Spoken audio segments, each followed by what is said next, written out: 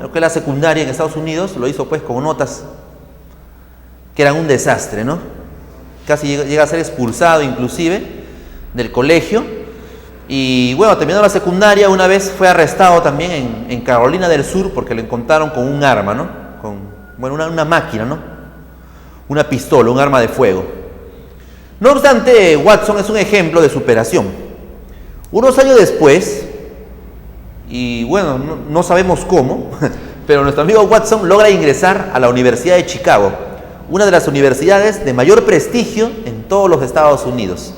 Nuestro amigo Watson entonces empieza a regenerar. Bien, él entra a estudiar psicología, pero como, bueno, pues sus padres eran separados y era un hogar disfuncional, el hombre tenía pocos recursos económicos, ¿no? Le faltaba billetes. Como era un hombre hábil, ingresa a la universidad y para solventar los estudios busca un trabajo. Bien, encuentra un trabajo en la misma universidad. Los laboratorios de psicología, por lo general, tienen ratas, ¿no? Ratoncitos blancos, como los de la imagen, para realizar experimentos en las ratas de laboratorio. Watson consigue un trabajo en un laboratorio para cuidar a las ratas. Bueno, mientras le da de comer a la rata, mientras le limpia su excremento, mientras se pone a barrer, ¿no? Nuestro amigo Watson miraba a las ratas. Y Watson se hace una pregunta fundamental para la historia de la ciencia y para la historia de la psicología. Watson dice, si podemos conocer a las ratas, ¿no? Por su caminar, por los laberintos, ¿no? Por lo que come. Es decir, podemos conocer a las ratas, pero sin hacer introspección. O sea, no hace falta que nos metamos al interior de la rata para saber qué piensa, con qué sueña. No hace falta, ¿no? Entrar al interior de una rata para conocer su comportamiento. Y Watson se pregunta, ¿por qué no podemos comprender a los seres humanos de la misma manera? Para Watson, entonces, no hacía falta ingresar al interior de la persona, conocer sus problemas, sus emociones. Eso no interesaba. Interesaba el comportamiento externo de la persona. Muy bien. Si a una rata se le puede entrenar para que camine por un laberinto, entonces también se podía manejar la conducta de la persona. Muy bien, esto se llama conductismo. Obviamente viene de la palabra conducta. Trabajar en la conducta, modificar la conducta. Bien, nuestro amigo Watson pasó de ser un delincuente juvenil a ser el doctor en psicología más joven de la Universidad de Chicago. A los 25 años, nuestro amigo Watson ya era licenciado en psicología, magíster en psicología y doctor en psicología. Todo un ejemplo. En 1923, Watson da una charla que se titula La psicología vista por un conductista, ¿no? Conductista, persona que ve la conducta. Bien, con esta charla que da Watson se estaba creando el conductismo. Watson en su conferencia decía cosas como las siguientes. Es un discurso clásico. El conductista, el psicólogo conductista, reconoce que no hay una división entre el hombre y el animal. Hombre y animal son la misma cosa. O sea que no hay acá una división, ¿no? De que el hombre es superior. No, el hombre es un animal más. La psicología, desde el punto de vista de un conductista, es una rama de las ciencias naturales. Debemos aclarar que la psicología estudia a los hombres, el comportamiento de los hombres, cómo los seres humanos viven en las sociedades, cómo se comportan en la sociedad. Por lo tanto, la psicología, al estudiar al hombre, es una ciencia social. Pero para nuestro amigo Watson, la psicología no era ciencia social, era una ciencia natural.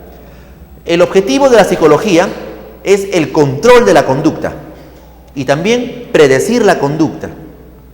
O sea, había que predecir la conducta. Si, por ejemplo, yo le presento un dibujo, ¿no? a mis alumnos, entonces, si yo soy conductista, yo debo predecir la conducta. Yo debo saber qué van a hacer los niños. ¿Lo van a ver con agrado o con desagrado? ¿Lo van a pintar? ¿No lo van a pintar? Etcétera. Para Watson, la conciencia no existe. El espíritu no existe. Y él dice una pregunta, ¿no? Mea cachacienta. Dice, ¿quién ha visto alguna vez una conciencia en un tubo de ensayo? Nadie, por lo tanto no existe. Entonces no vamos a estudiar la conciencia. Vamos a estudiar solamente la conducta, dice Watson. Esto causó controversias, causó rivalidades. Mucha gente lo aplaudió, lo felicitó, dijo, caramba, qué bien. Watson es un gran psicólogo. Pero otras personas, la otra mitad, decía, no, Watson es un demente, un loco, ¿no? No tiene base científica, no sabe lo que habla, ¿no? ¿Cómo el hombre va a ser diferente? ¿El hombre va a ser igual al animal? ¿Cómo es posible que se niegue que no existe la conciencia? Muy bien, y los conductistas estudian la conciencia y su teoría tiene muchas semejanzas con las ideas de Pavlov. Por ejemplo, para Watson y para Pavlov no existe la introspección, no es válido, no es algo científico. Asimismo, la teoría de Pavlov y la teoría de Watson sirvieron a los propósitos de dos sistemas que se encontraban en lucha en aquel momento. Si retrocedemos 70, 80 años, vemos que el planeta Tierra se había dividido en dos grandes bloques: el bloque capitalista, comandado por los Estados Unidos, y el bloque soviético, el bloque socialista, comandado por la Unión Soviética. Muy bien, las ideas de Pavlov fueron tomadas por la Unión Soviética, bueno, para ver cómo se mejoraba la enseñanza, la educación en la Unión Soviética. Mientras que las teorías de Watson fueron tomadas por el gobierno norteamericano, también a ver cómo se mejoraba la educación, ¿no? O el control de la conducta en los Estados Unidos. Por lo tanto, la Guerra Fría no solamente se dio con armas, sino también en el campo de las ideas. El conductismo vigila de la noche a la mañana el desempeño de un hombre, cómo un hombre hace diversas tareas. El conductismo estudia la conducta de las personas, cómo la persona camina, cómo duerme, cómo cocina, cómo trabaja. John Watson nos da el siguiente ejemplo, lo hemos tomado de uno de sus libros. Imaginemos que un hombre está poniendo ladrillo, ¿no? Un hombre está poniendo ladrillos y un psicólogo conductista se hace las siguientes preguntas. ¿Cuántos ladrillos puede poner el hombre en un día? ¿Cuántos ladrillos podrá poner el hombre que se levanta a las 6 de la mañana? ¿Cuántos ladrillos podrá poner un hombre en un día si está de buen humor? ¿Cuántos ladrillos podrá poner en un día si está de mal humor? Entonces el conductista se hace ese tipo de preguntas, ¿no? ¿Cómo mejorar el rendimiento, la eficiencia del trabajador? También un conductista se preguntaría, ¿hasta cuándo puede trabajar el albañil poniendo ladrillos sin cansarse? ¿Podrá trabajar 6 horas seguidas, 8 horas seguidas, 12 horas, 20 horas, 24 horas seguidas, sin dormir, sin comer? El conductista estudia todo eso. Y también el conductista se pregunta, suponemos que un albañil pone 1000 ladrillos en un día, en 2 días pone 2000 ladrillos, en 3 días 3000 ladrillos, ¿no es así? Bien, el psicólogo conductista se pregunta, ¿podrá poner el albañil más ladrillos en menos tiempo? Es decir, si pone 1000 ladrillos en un día, ¿podrá poner 1200 ladrillos? ¿O podrá poner 1500 ladrillos? ¿Qué haría falta para esto? ¿Pagarle más? ¿Incentivarle, motivarle más? ¿Darle un mejor programa de jubilación? ¿No? Tal vez no gritar, darlo mejor, ¿no? ¿Cómo podemos hacer para que el albañil o cualquier trabajador trabaje mejor, sea más productivo, sea más eficiente, con menos gasto de energía y en la menor cantidad de tiempo? En otras palabras, el conductismo se hace las siguientes preguntas. ¿Qué está haciendo el hombre? Cualquier ser humano. ¿Qué hace un hombre? ¿Qué está haciendo un hombre? Estudia, duerme. Y segundo, ¿por qué hace cosas el hombre, no? ¿Por qué un hombre bosteza, no? ¿Por qué un hombre se enamora? ¿Sí? ¿Por qué un hombre cruza la calle corriendo, no? Eso estudia el conductista, las conductas. Bien, en aquellos años, hablamos de los años de 1930, 1940, 1950, la economía de Estados Unidos crece a una escala enorme. Sobre todo, después de la Segunda Guerra Mundial, Estados Unidos se consolida como la primera potencia económica del planeta, ¿no? Potencia también política y potencia militar, pero sobre todo, Estados Unidos se consolida como potencia económica. Por lo tanto, buscaban cómo las empresas deben rendir más, pero pues con menos recursos, ¿no? A eso se le llama productividad. Bien, como las empresas querían mejorar su productividad, más productos pero gastando menos, entonces las ideas de Watson le cayeron como anillo al dedo, porque Watson también quería estudiar la organización científica del trabajo. Bueno, en aquella época se quería ver cómo se podía optimizar la producción en las empresas, ¿no? Cómo se podía fabricar, ejemplo, más papel, más azúcar, ¿no? Pero con menos trabajadores, ¿no? Acá hay ideas contrapuestas, ¿no? Por lo general, lo que se hace en la actualidad, ¿no? Y casi siempre se ha hecho, es comprar maquinaria nueva y botar a los trabajadores. La planilla de 100 trabajadores, si se reduce a 80, mejor, menos gasto. Si se reduce a 50, mejor. Si se reduce a 10, mejor. Si al final una máquina y 2 o 3 personas pueden hacer todo el trabajo de 100 personas, mucho mejor. Eso se le llama eficiencia, ¿no? Pero eso se traduce en desempleo. Menos trabajo para las personas. Bien, pero también hay un famoso experimento que hizo un psicólogo llamado Elton Mayo. Elton Mayo hizo un experimento en una fábrica de electricidad, ¿sí? Allá en Inglaterra. Dividieron a los trabajadores en 2 grupos. Un grupo trabajaba 12 horas, 14 horas. Entraban a las 6 de la mañana. Llegaban 1 minuto tarde, los botaban del trabajo. ¿Sí? Entonces, señores, cada mes una evaluación del trabajo. Si no rendían, como querían los jefes, los botaban. Estos señores no tenían vacaciones, no tenían aguinaldo, no tenían ningún plan de jubilación, nada. Muy bien. O sea, los trabajadores trabajaban como la mayoría de trabajadores en el Perú ahora. A la otra mitad de los trabajadores se les dio 7 horas de trabajo más 1 hora de almuerzo pagado por la empresa. A estos señores se les dio 30 días de vacaciones. Estos señores podían entrar a las 8 de la mañana, a las 9 de la mañana o a las 10 de la mañana. Ellos decidían, ¿no? Y tenían tiempo, por ejemplo, para llevar a su hijo al colegio, ¿no? O tomar su desayuno con calma con su esposa. Se le daba un buen programa de jubilación, se le daba excelentes gratificaciones. Bien, al final, Elton Mayo, después de 1 año de experimento, él dice, bueno, pues, ¿quién rinde más? El trabajador, que trabajaba 14, 15 horas, que le controlaban el tiempo, que lo evaluaban permanentemente, no trabajaba bien. El trabajador que trabajaba 7, 8 horas, pero trabajaba con buenas condiciones de trabajo, rendía más que el que trabajaba 12 o 14 horas.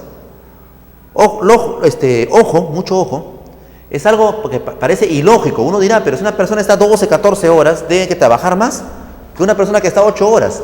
Pero no es así. La persona que trabaja 12 horas, pero trabaja mal, porque sabe que lo van a botar, que gana poco, no encuentra satisfacción en el trabajo, trabaja mal, va por cumplir, ¿no? A hacer hora, ¿no? A pasar el rato. Mientras que el trabajador que trabaja poco, pero que es revalorizado, tiene una cafetera, toma cafecito cuando quiere, ¿no? Y recibe buen trato él y su familia. Esa persona trabaja menos horas, pero trabaja más a gusto, más a conciencia, y es más productivo. Así que habría que revisar los postulados del neoliberalismo, los postulados de la reingeniería, los postulados de la moderna empresa, ¿no? Donde hay que tratar al trabajador como un esclavo. No necesariamente ese trabajador va a ser mejor. Ojo. Bien, este es un experimento de psicología. Ya hablaremos de 2 experimentos más adelante. Ahora regresemos a Watson. Watson elaboró una psicología de estímulo-respuesta, ¿no? Estímulo-respuesta. Bien, el estímulo es cualquier objeto del medio ambiente. Por ejemplo, le dimos el ejemplo que suena la campana y el niño grita, ¡yeah! Recreo. Muy bien, el estímulo es la campana y el estímulo está afuera, ¿no? En el medio ambiente. La respuesta es lo que hace el animal o lo que hace la persona. En este caso, suena la campanita, el alumno, su conducta, ¿cuál es? Grita, salta, ¡yeah! Dice. Muy bien, eso se llama respuesta. El problema de un conductista, entonces, es el siguiente. ¿Cuál es el estímulo que provoca una respuesta? ¿Cuáles son los estímulos que provocan una respuesta? O sea, que provocan una conducta. Muy bien. Para explicar la conducta, o sea, las respuestas, Watson dice, yo necesito nada más las leyes de la física y las leyes de la química. Para Watson, la conducta se puede estudiar como estímulo-respuesta. como condicionamientos, algo que nos condicionan o nos ponen desde afuera. Watson decía lo siguiente: denme 12 niños, una docena de niños. Único requisito que sean niños sanos, nada más. Los niños pueden ser altos, bajos, negritos, chinitos, no interesa.